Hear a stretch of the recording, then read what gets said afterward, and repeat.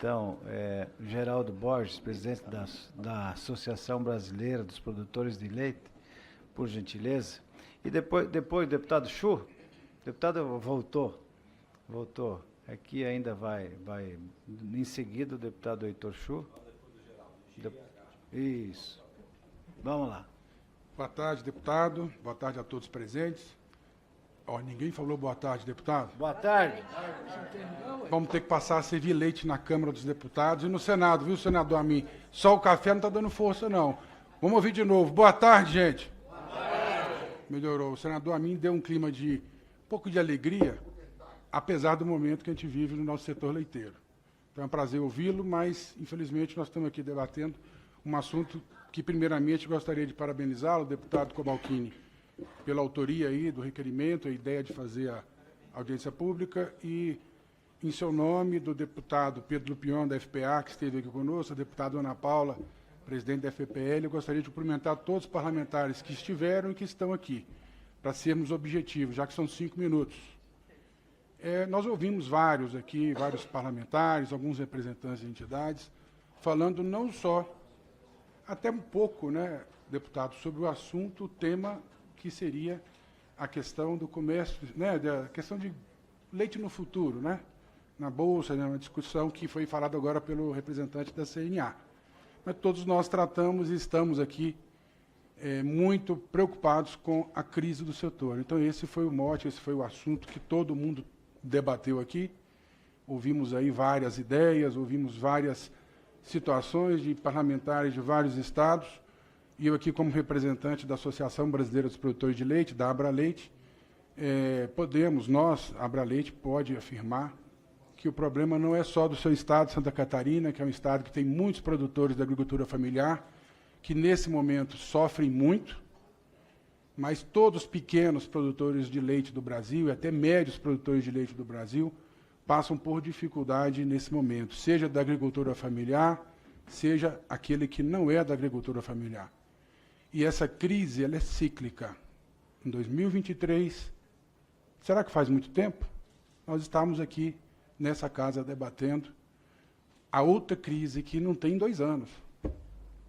Então, a gente tem que entender que precisamos de medidas emergenciais, vou usar um termo utilizado, salvo engano, pelo presidente Márcio da UCB, que era um freio de arrumação. Precisa ser feito agora. Se é barrar as importações de leite, se além disso, seja através do antidumping, seja através de outra medida, frear de uma forma que a gente conseguir dar uma arrumada na casa, é muito importante. Tem outras medidas que podem ser feitas pelo governo federal em caráter de urgência. Por exemplo, compras governamentais nesse momento que a gente precisa enxugar o excesso de leite que existe no país. Como que é o excesso de leite? Todos nós já sabemos. Aumentaram muito as importações de leite desde 2022, já falaram aqui números, e nós tivemos um aumento de produção, não só no estado de Santa Catarina, como foi dito por algum parlamentar, mas esse aumento foi visto no Brasil inteiro, agora no primeiro semestre de 2025. Então, é a forma perfeita para que dê errado excesso de oferta e não houve aumento suficiente da demanda. A demanda vem patinando no Brasil há mais de 10 anos. O consumo per capita brasileiro não cresce.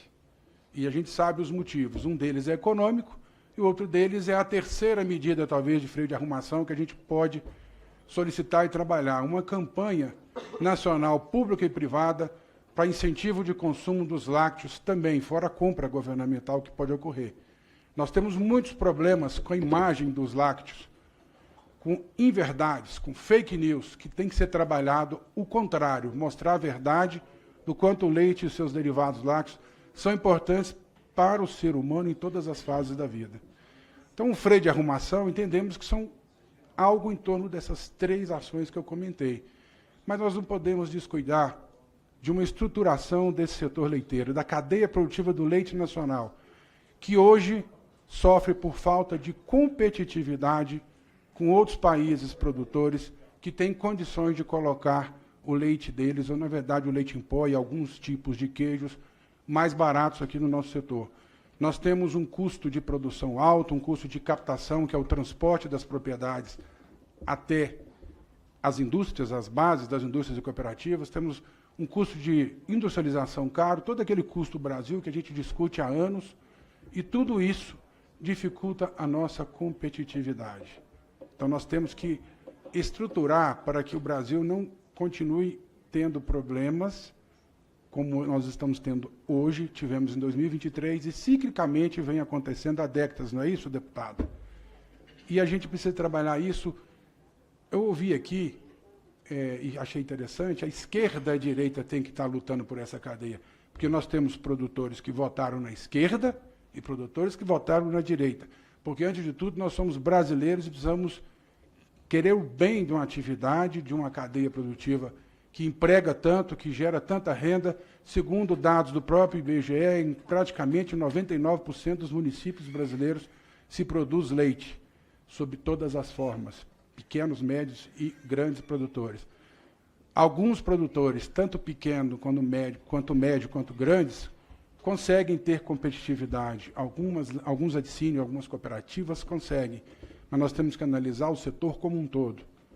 O IBGE informou que eram 1.171.000 propriedades que produziam leite de alguma forma. Da mesma forma, tínhamos um número próximo de 2.000 estabelecimentos que industrializavam, processavam leite, e a gente sabe que esse número vem caindo, e isso precisa criar alternativa para que se mantenha o pequeno, o médio, o grande, na atividade com dignidade para todos. Essas crises, elas só nos trazem problemas, porque os produtores que não saem agora vão sair depois, porque eles não vão dar conta de continuar na atividade. Então, nós precisamos, acho que a audiência pública é muito válida, parabéns mais uma vez, deputado, pela autoria, parabéns a todos os parlamentares que aqui estão. Agradecemos, em nome do setor, agradecemos o empenho de todos vocês, e foi bom vir um senador, que ele também propague mais isso dentro do Senado. A Frente Parlamentar da Agropecuária do Leite tem parlamentares muito importantes, a gente conta com eles nessa luta, eles vêm lutando conosco, mas precisa evoluir também, principalmente os parlamentares que estão aqui, que são da base do governo, precisam alertar o governo federal que algumas medidas emergenciais são necessárias, mas também uma estruturação para que a gente não resolva agora e, de repente, em outro ano ímpar, a gente volta a ter outra crise no setor. Não dá para conviver ano ímpar, crise, ano par, razoável, ano ímpar, crise, ano par, razoável.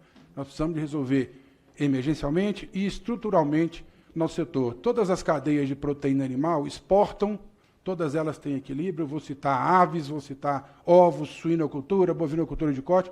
Bovinocultura de corte, eu ouvi um amigo, seu ex-colega, Ayrton Spies, ex-secretário de Agricultura, foi junto com o senhor secretário de Governo, me falar outro dia, o boi é irmão da vaca, a gente tem que lembrar disso, ele come praticamente os mesmos alimentos que a pecuária leiteira consome. Por que a gente tem tanto problema com importação de leite e não temos com importação de carne? Ela existe.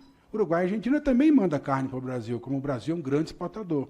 O que nós precisamos é ter competitividade para nós abastecermos nossas mesas dos brasileiros e ter muito excedente sendo exportado.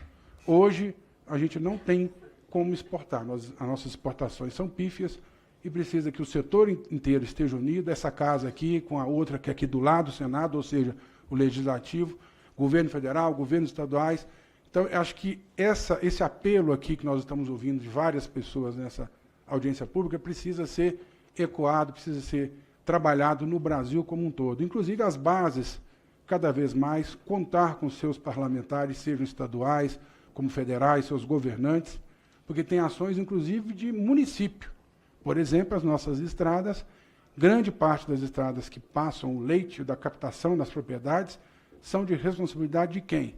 Das prefeituras. E aqui eu vi vários prefeitos presentes do seu estado, Santa Catarina. Parabéns porque eles vieram, mas precisamos que eles também ecoem esse nosso grito, tudo isso que a gente está discutindo aqui hoje. Então, fica o nosso agradecimento. Espero que a gente daqui consiga ter alguma ação efetiva, não só emergencial para socorrer, mas que a gente também consiga discutir e evoluir na estruturação da cadeia produtiva do leite nacional.